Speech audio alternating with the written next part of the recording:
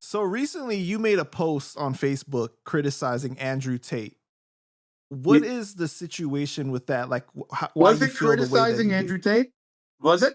Well, you said, will anyone give a shit if he dies? Like when he dies? Yes. Was that criticizing him? I just want to be clear. Was that Yeah, because you criticizing said him? that he's always like flaunting his cars and his material wealth, but like, Well, I was like making a comparison between him and me being a guy who doesn't flaunt cars, I don't have the money, and a guy that releases music that people 10,000 years from now might love. And I was asking, when Andrew Tate, when he passes away, will anybody give a shit 10,000 years from now? Like, people will care about Elon Musk because of what he's doing. People will care about Trump because of what he's a president. He'll always get mentioned.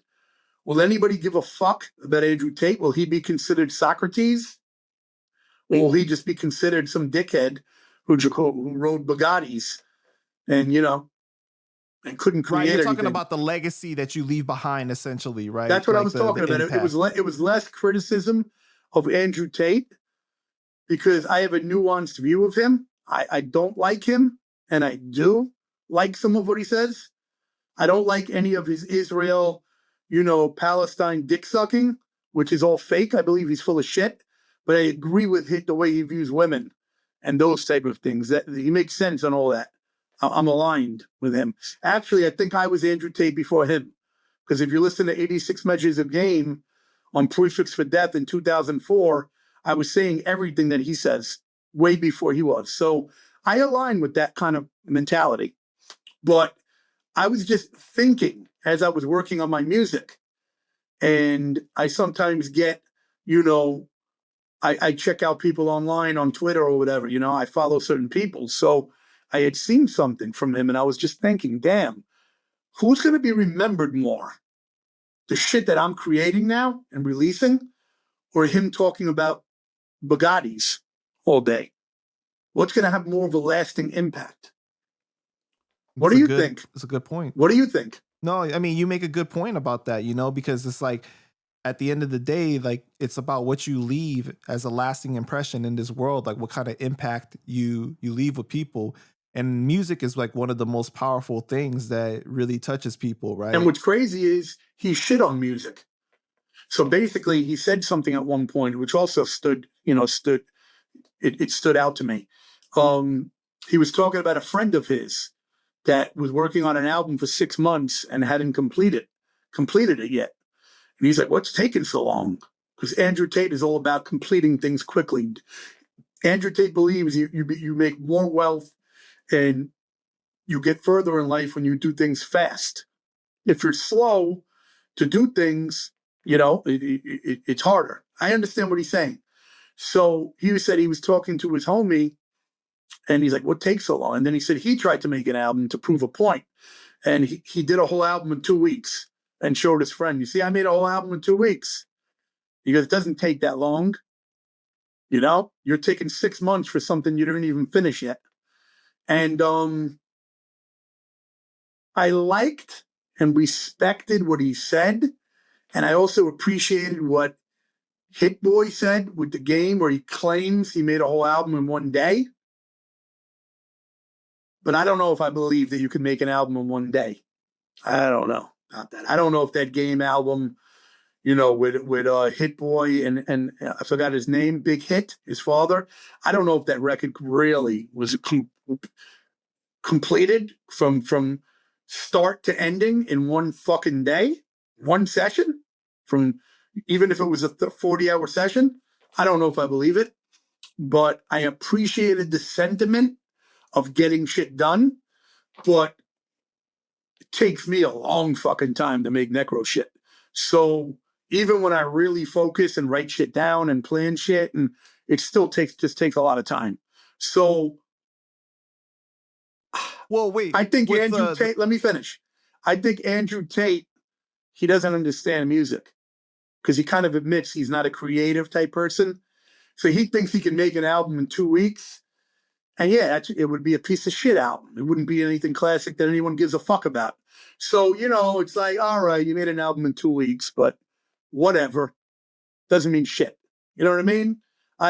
Even though I agree with Andrew Tate on doing certain things fast, he's off point on that one. He's off point on a lot of things, actually. But he thinks he's on point with everything because his ego is insane.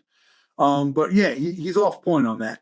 And I don't know if I believe that the Big Hit Game album was made in one day. Do you believe it was made in one day? Do you even think that? Well, that's what I was going to ask you because. Okay. That's what I was going to ask you because there's only 9 songs on it, right? Yeah. So did Hit Boy make all the beats that day, or these were just beats he had already? You know what I'm saying? Like there's a lot of little. Well, yeah. You would have to have all the beats made first of all, just to even complete that. Game would have to write all his verses or have them already written. So if you were just recording with no writing, it could be done. If everything was, all verses were written, all beats were made,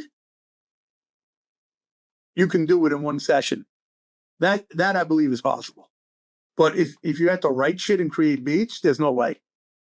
And in the mixing, in one day, I mean, you would be fried. Your ears, you would have to be done. I definitely don't believe that the mixing and mastering happened the same day. That I don't believe. You're talking about just like... So you think they just met up, he whipped out 8 beats, a lot of the rhymes were written, and they just banged out one song after the other in that one day. That is possible. Well, I feel like they could have still wrote that day because like it's only like each person writing one verse pretty much, right? It's like he wrote a verse, Big Hit wrote a verse, they had some features. That you can do, but that would have to be really fast writing where you don't even care what you're saying and you're just letting it come out organic. And if you're good like that, to do it that quick, here's the thing. I believe you can write like that, but 9 songs like that, I believe you can do 1 or 2 in a session.